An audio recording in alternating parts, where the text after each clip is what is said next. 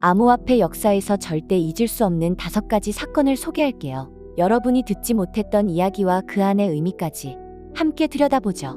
첫 번째는 엘살바도르가 2021년에 비트코인을 법정화폐로 채택한 사건입니다. 중미에 위치한 엘살바도르는 경제적으로 불안정한 상황이 지속된 나라 중 하나인데요.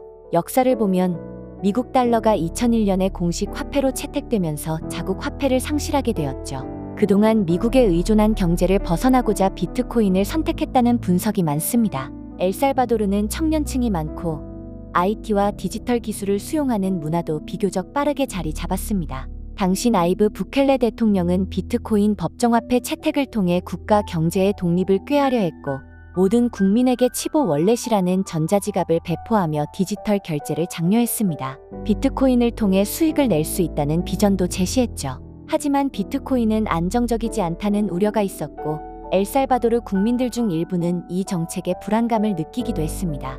IMF는 비트코인 채택에 대해 강한 반대를 표했고, 세계 경제에서도 엘살바도르가 앞으로 어떤 경제적 대가를 치르게 될지에 대한 논의가 끊이지 않았죠. 그러나 부켈레 대통령은 이런 논란 속에서도 비트코인이 엘살바도르 경제를 되살릴 가능성을 믿고 있었습니다. 두 번째는 2014년 마운트 곡스 해킹 사건입니다.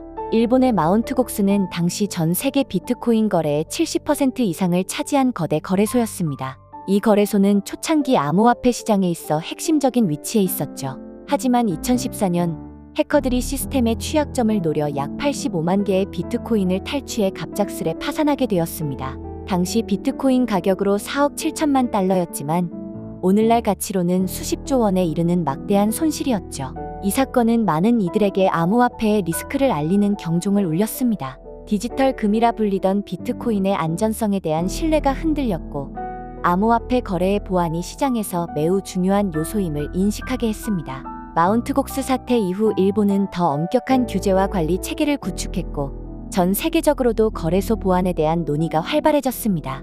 이 사건은 암호화폐 거래소가 법적 규제와 기술적 보안의 필요성을 상기시키는 계기가 되었습니다. 세 번째 사건은 2016년 이더리움 DAO 해킹 사건입니다. DAO는 탈중앙화 자율 조직으로 이더리움 플랫폼에서 크라우드 펀딩 형태로 자금을 모아 운영되는 프로젝트였습니다. 당시에는 굉장히 혁신적인 개념으로 받아들여졌죠. 그런데 예상치 못한 보안 취약점으로 인해 해커가 약 5천만 달러를 탈취하는 일이 벌어졌습니다. 이 사건은 단순히 금전적 손실이 아닌 이더리움 커뮤니티 내에서 중요한 철학적 논쟁을 불러일으켰습니다. 블록체인의 불변성 원칙을 지킬 것인가, 아니면 해킹 피해를 막기 위해 하드포크를 단행할 것인가? 결국 커뮤니티는 하드포크를 선택하여 이더리움과 이더리움 클래식으로 분리하게 되었습니다. 이 사건은 탈중앙화된 시스템 내에서의 합의가 얼마나 중요한지 보여주었고, 블록체인 커뮤니티가 기술 발전을 위해 협력할 때 해결책을 찾을 수 있다는 가능성을 시사했습니다. 동시에 DAO와 같은 프로젝트가 더 많은 보안 검토와 관리가 필요함을 인식하게 된 중요한 사건이었죠. 네 번째 사건은 테더의 안정성 논란입니다.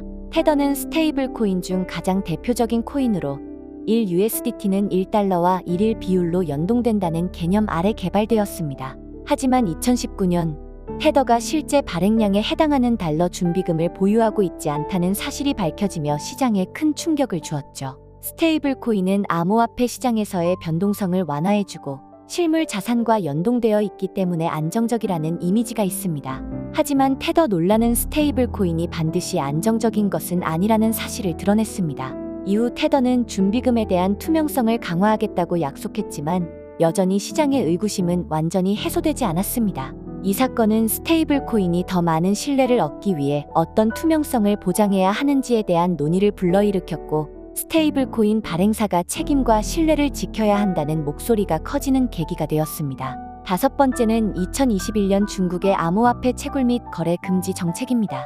중국은 세계 최대 암호화폐 채굴 국가였으며 전 세계 비트코인 해시율의 65% 이상을 차지했습니다. 그러나 2021년 중국 정부는 암호화폐 채굴과 거래를 전면 금지하는 정책을 발표했습니다. 이는 중국의 금융 안정성 유지와 환경 문제 해결을 위한 결정이었으며, 채굴 활동이 과도한 전력 소비를 유발하고 있다는 비판이 정책 배경에 자리 잡고 있었습니다. 이로 인해 비트코인 해시율이 급격히 하락하고 채굴업체들이 다른 나라로 이동하게 되면서 전 세계적으로 큰 영향을 미쳤습니다. 하지만 흥미로운 것은 암호화폐 네트워크가 이 충격을 빠르게 회복했다는 점입니다. 탈중앙화와 회복력은 암호화폐의 중요한 특징으로 다시 한번 입증되었고, 이를 통해 암호화폐가 특정 국가의 규제에 의존하지 않는 시스템임을 보여주었습니다. 각 사건이 시장에 던진 의미는 단순한 사건을 넘어 암호화폐의 발전과 리스크, 그리고 가능성을 재확인하는 계기가 되었죠. 앞으로 또 어떤 변화와 도전이 암호화폐 세계를 기다리고 있을까요?